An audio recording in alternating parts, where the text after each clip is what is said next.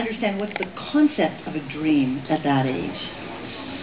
Well, I think it's very simple, and it was Neil Armstrong is the coolest guy in the world, and I want to be him. How do you?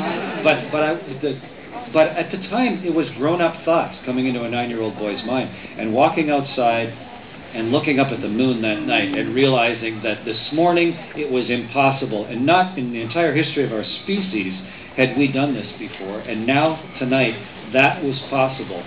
So it was hugely enabling for me as a kid to not feel like an idiot for saying, when I grow up, I want to be Neil Armstrong. I want to fly in space, because he had just made something impossible into a reality. And so I resolved that night, when I grow up, I'm going to be an astronaut. Cool thing. And I felt empowered. But I had no idea what to do. I mean, who was my role model? There was no Canadian space astronaut program. I mean, there was nobody that I could go ask. You know, I couldn't even really admit it because it was kind of embarrassing. You know, it's like, yeah, sure, you're going to be an astronaut. Like, you're going to be Spider-Man. You know, it's just never going to happen. But I just, in the heart of hearts, and probably the most worthwhile part of it is, it gave me something that I identified early in my heart of hearts, so that as I made decisions on a small basis, that it gave me kind of a long-term direction that I could shepherd my life along towards. And all those little decisions are the ones that actually determine the direction of your life, but they actually determine your life. You had a vision. Yeah. And you were going there. I'm intrigued by this idea of dreams in little kids. You have 3 children. Yeah. Do any of them have big, big, big dreams? All 3 of my kids are doing very different things from each other. One of my children is here tonight, and my wife is here as well, actually. That's my wife over there in white, Elena.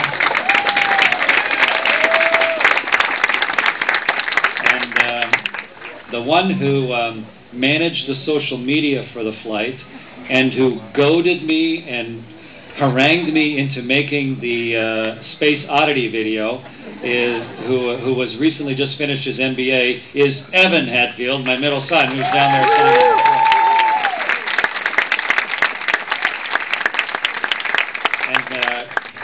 We have 2 other children, one who lives in China and one who lives in Ireland, and our goal always has been that they are pursuing things that are interesting to them, that they are becoming expert in the area that is of interest to them, and that they're happy in the pursuit of their own dreams.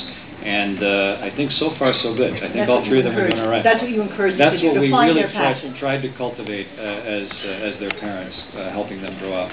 Okay, there's sort of fundamental big idea in the book, and it is about the concept of preparation, this insane commitment to prepare, endlessly to prepare. It's a big idea. Talk a little bit about that notion, how important that is to you, and how that propelled you through the different stages. I think everybody in here is afraid of something. And that's a good thing. You ought to be afraid of some things. You know, if a Tyrannosaurus Rex burst into the room, we should all be afraid. But often, you're afraid of something just because you haven't faced it, or you haven't thought about it enough, or you haven't decided how you might deal with it. And it's a real constriction on your own life if you're allowing fear of something to dictate what you choose to do with your life. And so what I resolved a long time ago, and something that is trained into us as astronauts, is why is that thing scary to me? It might be getting up in front of a bunch of people and talking with Heather Reisman. It might be a terrifying thing to do, but why is it scary? And what about it is scary? And let's start analyzing it. Pick out in that thing, where is the fear?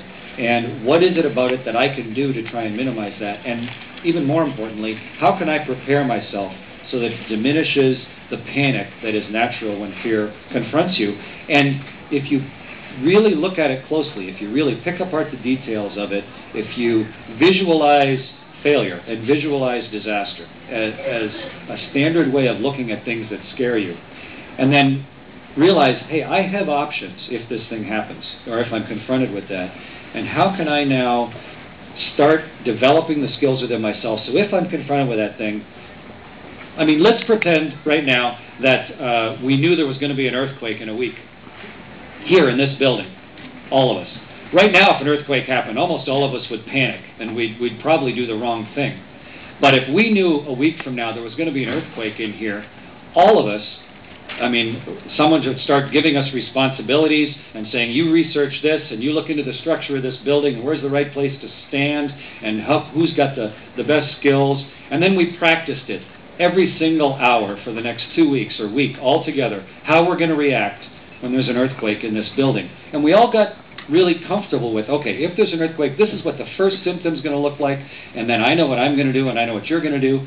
Then, if we were sitting here and having the same conversation, and no earthquake happened, we'd be fine. But if an earthquake did start to happen, our reaction wouldn't be one of raw, blind panic and doing the wrong thing, but everyone would say, oh, it's an earthquake.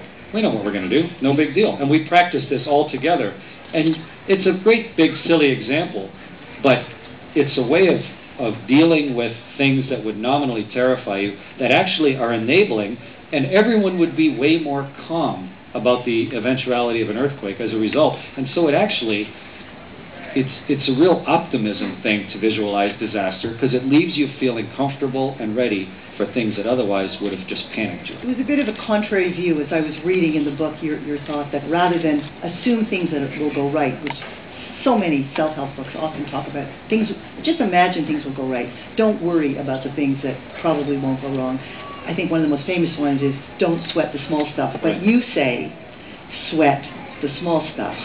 Sweat the small stuff. It's a contrary, but as you're saying, empowering idea. You had to face that a few times. So you had to face that situation a few times when you thought something was going wrong outside your spaceship. I think on your third trip. Yeah. Why don't you share that, and then we're going to go back to how you became an astronaut. Sweating the small stuff. If an astronaut doesn't sweat the small stuff, he's a dead astronaut.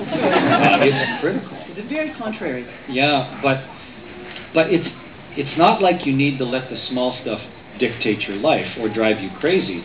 But when you look at the problems that may possibly that you may possibly face, you actually have to pay attention to the key details. You have to sweat the small stuff in advance and think about it, but don't let it overwhelm you. You have to get yourself educated, pick out the small stuff that really matters, and then really dig into those things and make sure that you know how they're going to affect you.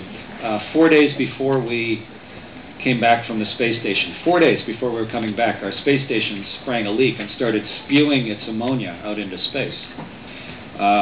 It threatened the health of the whole spaceship. We may have had to abandon the ship. We definitely would have had to shut down a whole bunch of the experiments on board. Maybe half the people would have had to go home. It was a big deal. But months before, I had said, we never know when we may have to do a spacewalk. We never know. It could come up in a hurry.